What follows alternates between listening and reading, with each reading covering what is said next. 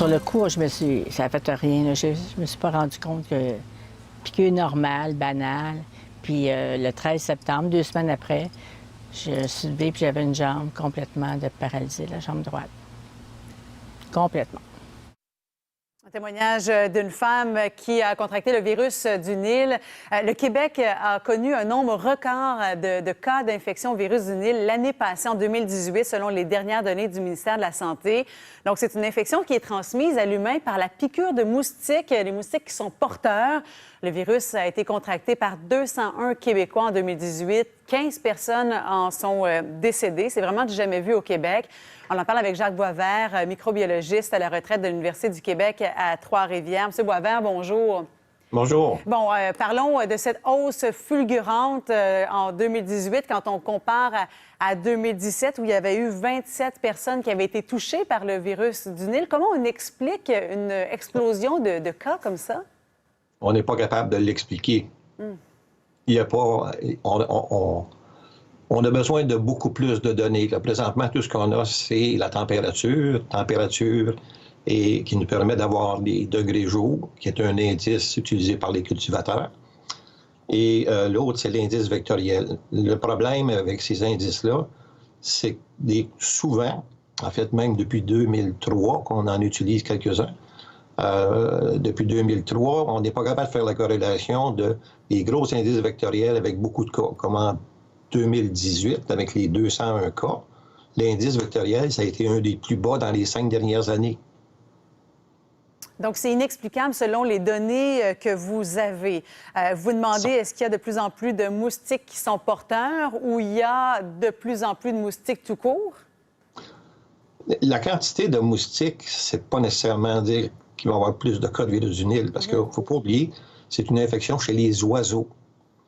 Il faudrait surveiller les oiseaux. Est-ce qu'ils sont infectés ou pas infectés? Si vous avez beaucoup de moustiques, beaucoup de moustiques, comme on semble-t-il, on a cette année, mais les oiseaux ne sont pas infectés, bien, ça ne fera pas grand virus du Nil, grand cas humain.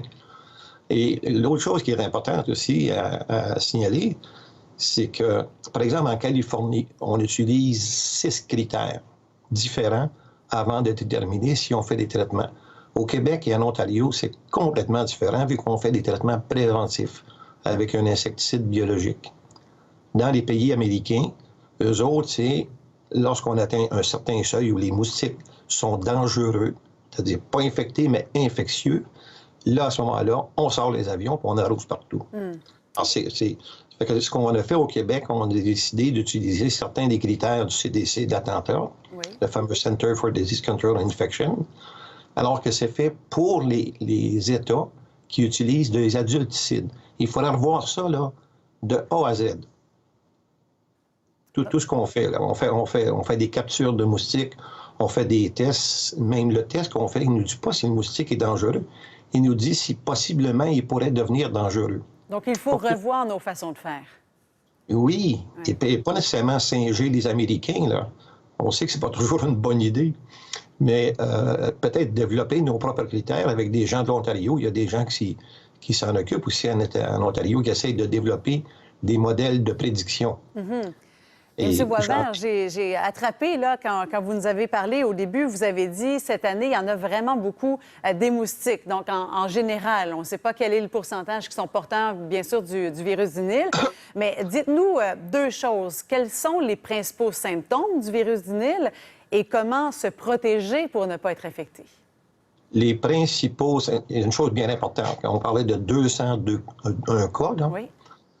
Une chose pour que les gens sachent, c'est une maladie bénigne, mais 70 % des 201 cas, c'était des gens qui ont fait une encéphalite, une infection du cerveau, et se sont ramassés aux soins intensifs. Ça, c'est pas jojo.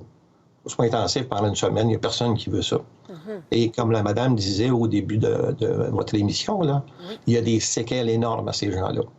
Fait qu'il ne faut pas la prendre juste comme une petite maladie bénigne, mais pour à peu près la grosse majorité des gens, il n'y a pas de symptômes. 80 % il n'y a pas de symptômes. Le 20 % ou le 19 % qui va rester, c'est une bonne grippe. Une bonne grippe qui va vous s'absenter du travail quand même pendant quelques jours. Mais c'est le 1 %, moi, qui m'inquiète personnellement. L'encéphalite du cerveau, là, c'est quand même, il faut faire attention à ça. Là. Oui, tout à fait. Et puis, il y a des études qui ont été faites aux États-Unis qui montrent des séquelles jusqu'à 5 à 6 ans après. Et comment on se protège pour ne pas être infecté? Oui. Bien, c'est toujours les classiques. On en parle de plus en plus. Les vêtements de couleur pâle, des vêtements longs, évidemment, de couleur pâle, parce que les moustiques sont attirés par les couleurs chaudes. Le bleu marin, le noir, le rouge foncé. Toutes ces couleurs foncées, là, ça les attire. Fait qu'on porte des vêtements de couleur pâle. On avait trouvé, nous autres, au cours de nos années de travaux à la réserve faunique Saint-Maurice, que le jaune, le jaune canari, c'était une très bonne couleur qui n'attirait pas les moustiques. Mais bon, je vois mal les gens de Montréal se promenaient en jaune canari, tout le monde. Mais...